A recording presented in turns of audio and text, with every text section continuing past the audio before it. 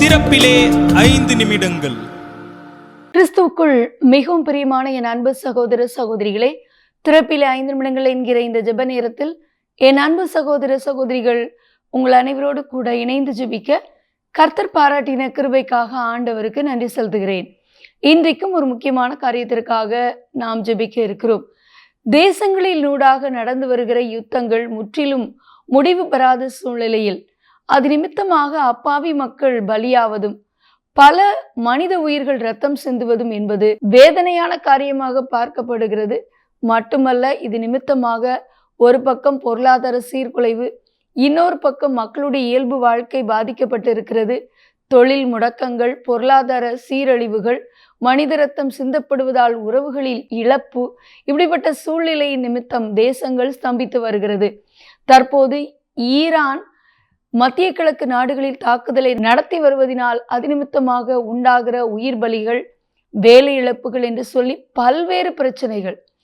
தற்போது America Iran போரானது 5 மாதங்களை கடந்து 6வது மாதத்திற்குள் நுழைந்திருக்கிறது.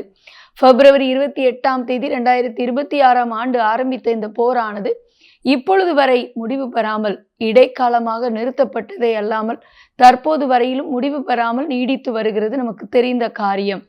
ஆகவே இந்த போரிலே குறிப்பாக 10 இந்திய மாலுமிகள் உட்பட 16 இந்தியர்கள் உயிரிழந்திருக்கிறார்கள் என்று கூறப்படுகிறது. குறிப்பாக சவுதியில் ஒருவரும், குவைத்தில் 2வரும், ஓமனில் 8 பேரும், ஈராக்கில் 1வரும், அரபு அமீரகத்தில் 4 பேரும் இவ்வாறு உயிரிழந்திருக்கிறார்கள்.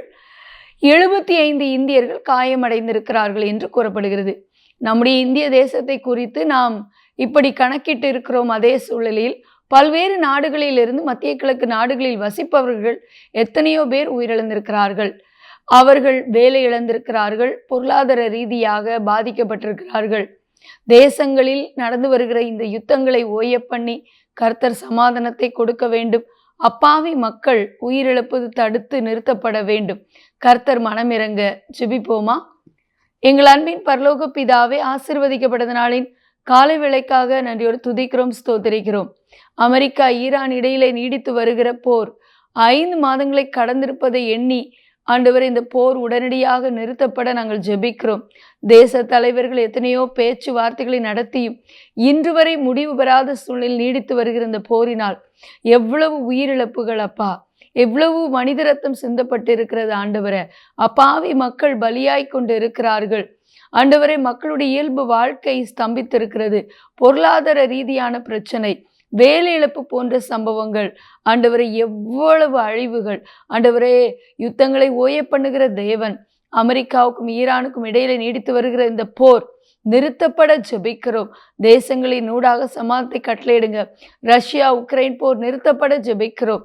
உள்நாட்டு கலவரங்கள், போர்கள் நிறுத்தப்பட ஜெபிக்கிறோம். தொடர்ந்து எங்களோடு ஜெபத்தில் நின்றுக்கிற எல்லா சகோதர சொல்ல ஆசீர்வதிங்க.